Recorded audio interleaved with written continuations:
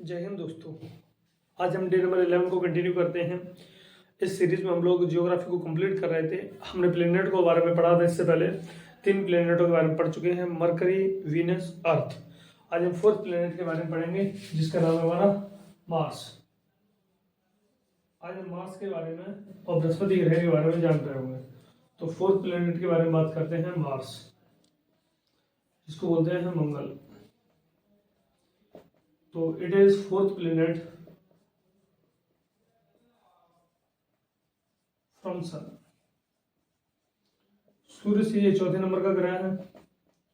और हम डिस्टेंस के बारे में बात करें तो डिस्टेंस है आपका 22 करोड़ 80 लाख किलोमीटर। मतलब सूर्य से ये 22 करोड़ 80 लाख किलोमीटर दूर है। अगर हम डेंसिटी के बारे में बात करें, इस ग्रह की डेंसिटी कितनी है तो 3.2 ग्राम सेंटीमीटर पर क्यूब। पृथ्वी की जो डेंसिटी थी वो 5 पॉइंट कुछ थी, इसकी डेंसिटी 3.2 है। ये कम क्यों है? क्योंकि जैसे जैसे हम सूर्य से दूर जाते जाएंगे वैसे वैसे ग्रहों की जो डेंसिटी है वो कम हो जाएगी। मरकरी, वीनस, हमारा ये अर्थ का Mars, Jupiter, Saturn, Uranus, Neptune. तो हमारे ग्रह हैं जैसे जुपिटर, सैटर्न, यूरेनस, नेपच्यून। तो जैसे जैसे सन से दूरी बढ़ती जाएगी इनमें गैस बढ़ती जाएंगी, गैस के बादल होते हैं उनसे ये बनते हैं, यानी मेटल की जो क्वालिटी है वो कम होती जाएगी। यहाँ तक जो प्लेनेट है इनको हम बोलते हैं टेरेस्ट्रियल प्लेनेट। टेरेस्ट्रियल प्लेनेट इस वजह से बोलते हैं, पार्थिव ग्रह बोलते हैं क्योंकि पृथ्वी के सदृश होते हैं, पृथ्वी के पास होते हैं। इनको हम जोवियन प्लेनेट बोलते हैं, बृहस्पति ग्रह ही बोलते हैं क्योंकि बृहस्पति के पास होते हैं। हम इसके बारे में बात कर रहे थे, डेंसिटी इसके इतने होता है और ये 25 डिग्री एक्सिस पे ये झुका हुआ है, टिल्ट है, 25 डिग्री भी झुका हुआ है, जिसके कारण यहाँ का जो डे एंड नाइट का जो सिस्टम है, मतलब एक बार जो पृथ्वी रोटेशन के बारे में बात करें, रोटेशन मतलब परिभ्रमण, परिभ्रमण के बारे में बात करें तो ये 27.7 आवर, इतने आवर में जो ये हमारा मंगल ग्रह है ये अपनी धुरी पे इस प्रकार से घूम जाता है। और हम रिवॉल्यूशन के बारे में बात करें,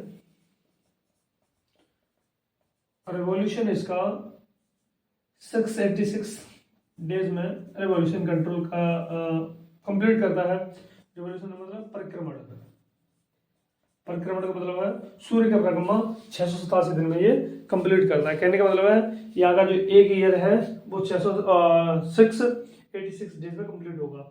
और जो का यहाँ पे रोटेशन है यानी एक दिन है वो 24.7 में होगा। अब हम इसके बारे में बात करें, ये इसमें 2 पोलर है, 2 ध्रुव हैं। जैसे हमारी पृथ्वी के ध्रुव होते हैं, जैसे हमारी पृथ्वी है, this is our earth and this is the northern hemisphere, north pole and this is south pole. तो इसी प्रकार से इसमें 2 ध्रुव होते हैं। 2 ध्रुव होने से यहाँ पर 6 महीने तो आपकी विंटर सीजन रहता है और 6 महीने यहाँ समर सीजन रहता है। इस प्लेनेट को, जो मंगल हमारा प्लेनेट है, इसको हम रेड प्लेनेट बोल देते हैं। मंगल ग्रह को हम लाल ग्रह भी बोल देते हैं क्योंकि इस पर पाया जाता है iron oxide. Iron oxide, iron oxide पाए जाने के कारण हमारा जो मंगल ग्रह है, मार्स है, मार्स को रेड प्लेनेट बोल दिया जाता है क्योंकि यहाँ पे आयरन ऑक्साइड की मात्रा ज्यादा होती है। अब बात बारे में बात करें, इसका एटमोस्फियर कैसा है तो सर जी इसका एटमोस्फियर है उसमें लगभग 98% लगभग CO2 है, 2% हमारा कार्बन डाइऑक्साइड में ऑक्सीजन भी आ जाता है, O2 भी आ जाता है, नाइट्रोजन भी आ जाता है, O3 ओजोन भी आ जाता है, हाइड्रोजन भी आ जाता है। ये सारी गैस भी कुछ पाई जाती है। ऐसा माना जा रहा है अगर लाइफ पॉसिबल है, if life possible in our solar system, अगर लाइफ हमारे पॉसिबल है हमारे सोलर सिस्टम में तो कौन से प्लेनेट में है? मार्स प्लेनेट पे हो सकती है क्योंकि मार्स प्लेनेट पर अभी तक कुछ बर्फ के टुकड़े, स्नो वगैरह ये सारी चीजें खोजी जा चुकी हैं। अब हम इसके बारे में और आगे बात कर रहे थे तो आगे थोड़ा सा और बात करते हैं क्योंकि जो हमारा मार्स प्लेनेट है, मार्स प्लेनेट की ये तो बात कर ली कितने समय में रोटेट करता है, कितने समय में अपनी धुरी पे घूमता है। अब इसके बारे में और थोड़ी सी आगे बात करें तो इस पर भी क्या क्या खोजा जा चुका है। और 2012 में लगभग नासा ने एक अपना स्पेस मिशन भेजा था। 2013 में भारत से MOM Mars orbit mission Bharat ने 2013 में भेजा था। भारतीय अपना ISRO Indian space research organisation, इसकी स्थापना 1969 15 अगस्त 1969 में हुई थी।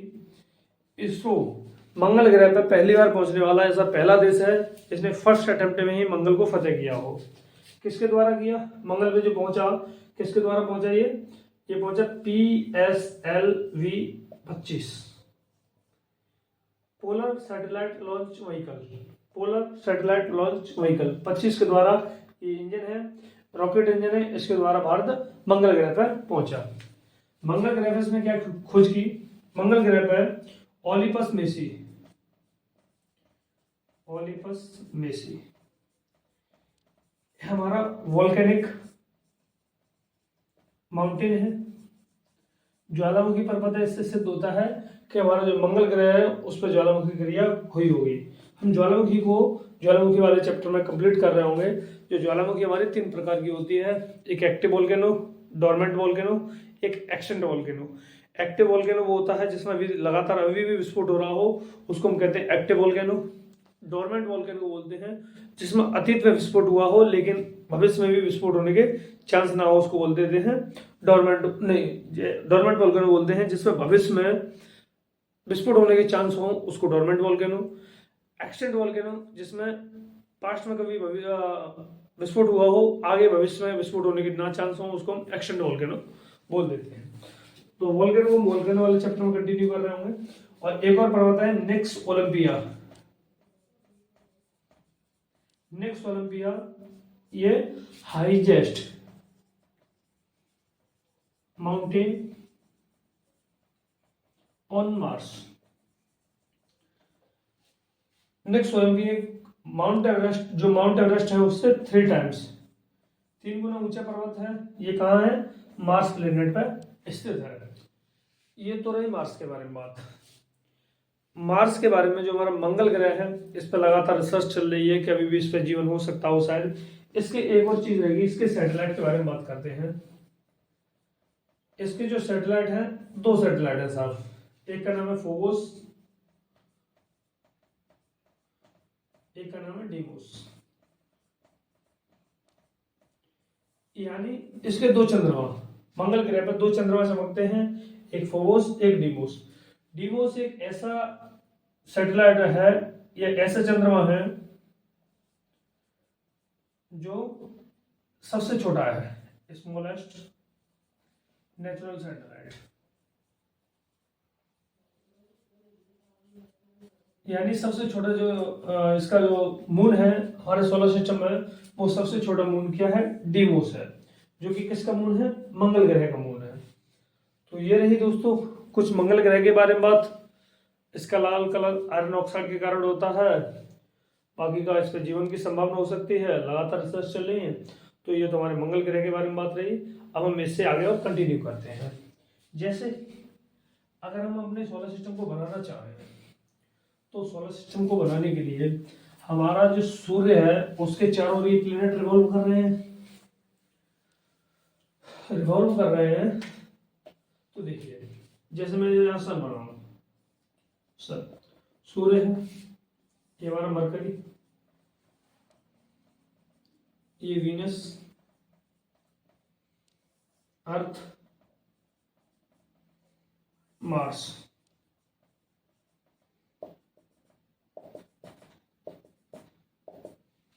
ये हमारा जुपिटर, ये हमारा सैटर्न, ये यूरेनस, ये नेपच्यून। इसके आगे एक और प्लेनेट हुआ करता था प्लूटो में क्या हुआ? प्राग सम्मेलन 2006 में एस्ट्रोनॉमर्स आए, वैज्ञानिक आए, खगोल शास्त्री आए। उन्होंने कहा हम ग्रह उनको ग्रह मानेंगे, उन चीजों को ग्रह मानेंगे जो सन के चक्कर लगा रहे हो, उनमें ग्रेविटेशनल पुल हो, जिनके कारण वो जिनका साइज गोल हो और उनके आसपास भीड़ भाड़ ना हो, उनको हम क्या मानेंगे, प्लेनेट मानेंगे। और उनका एक ठोस जो आयतन है या जो शेप है वो होना चाहिए उसमें। तो प्लेनेट जो प्लूटो है वो बहुत ज़्यादा दूर था, बहुत ज़्यादा दूर होने के कारण वहाँ पे पूरे समय बर्फ जमी रहती थी और जो ऑर्बिट में घूमता था वो दूसरे ग्रहों का ऑर्बिट काट देता था। लेकिन वैज्ञानिकों ने उसका नाम हटा दिया।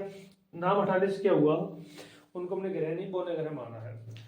तो हम तुम लोग भी, आप लोग, हम लोग प्लूटो की तरह सीख सकते हैं प्लूटो से। वैज्ञानिकों ने उनको ग्रह नहीं माना, प्लूटो को कोई फर्क नहीं पड़ रहा है, प्लूटो अभी भी उसी गति से घूम रहा है जैसे काम करता था, पहले ही काम कर रहा है।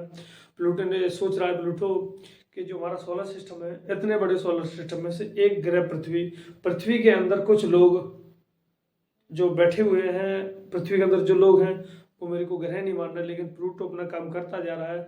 तो इसी तरीके से कोई भी इसे आपसे कुछ कहे, नेगेटिविटी फैलाए आपके अंदर, आपको नहीं सुननी है, पॉजिटिव वे से आपको अपना काम करते जाना है, करते जाना है, आपका रिजल्ट आपको बताएगा। चलो ये तरह थोड़ी मोटिवेशन की बात, आगे देखते हैं।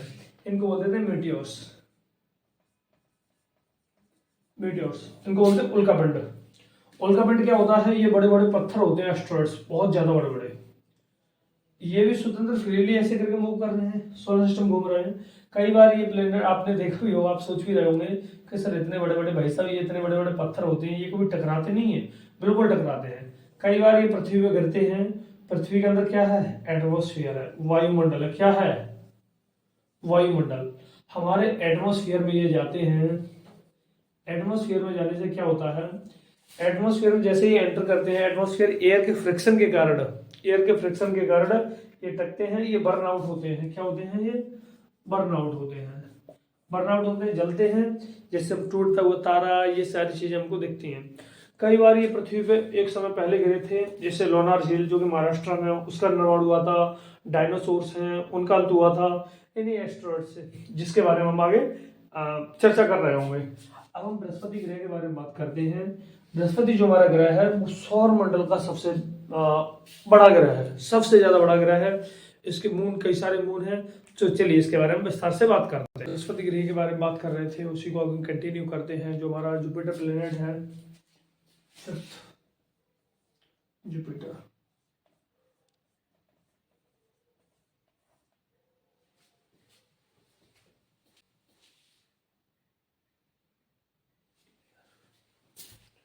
जुपिटर के बारे में बात कर रहे थे, तो जुपिटर को कंटिन्यू करते हैं। जुपिटर को बोलते हैं बृहस्पति ग्रह, बृहस्पति ग्रह। It is fifth planet from sun. ये 5वें नंबर का ग्रह है। अगर हम डिस्टेंस के बारे में बात करें, डिस्टेंस कितना है, 77 करोड़ 80 लाख किलोमीटर, मतलब 77 करोड़ 80 लाख किलोमीटर दूर है। ये largest planet of our solar system, largest planet of our solar system. ये हमारे सौरमंडल का सबसे बड़ा ग्रह है। सबसे बड़ा ग्रह है तो उसके डायमीटर के बारे में बात बनती है। डायमीटर कितना है, इधर लिख लेते हैं इसको। डायमीटर,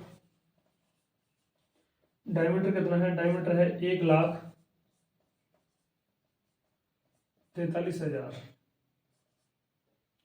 43,000, मतलब 1,43,000 इसका डायमीटर है। अगर पृथ्वी के बारे में बात करें तो बिगर 300 टाइम्स बिगर देन अर्थ। पृथ्वी से 300 गुना ये बड़ा है, बड़ा वो 300 गुना ज्यादा भारी है, बिगर है, बड़ा है। ठीक है, ये तो कुछ बृहस्पति के बारे में हुई। अगर इसके हम सैटेलाइट के बारे में बात करें, इसके सैटेलाइट है 67। जी हाँ, 67 सैटेलाइट है, जिसमें ज्ञानवीर सैटेलाइट है, जो इसका बड़ा सैटेलाइट है, लार्जेस्ट सैटेलाइट है। इतना बड़ा है, सबसे बड़ा जो सैटेलाइट है उनमें जैसे शनि के जो प्लेनेट हमारा सैटर्न प्लेनेट उसके बराबर है अप्रोक्स। गैनीमेड सैटेलाइट हो गया, यूरोपा हो गया, आयो हो गया, ये सारे इसके सैटेलाइट है, ये सैटेलाइटों के नाम है। तो ये सारे इसके सैटेलाइट हो गए। इसका colour of this planet is yellow, पीला कलर है इसका।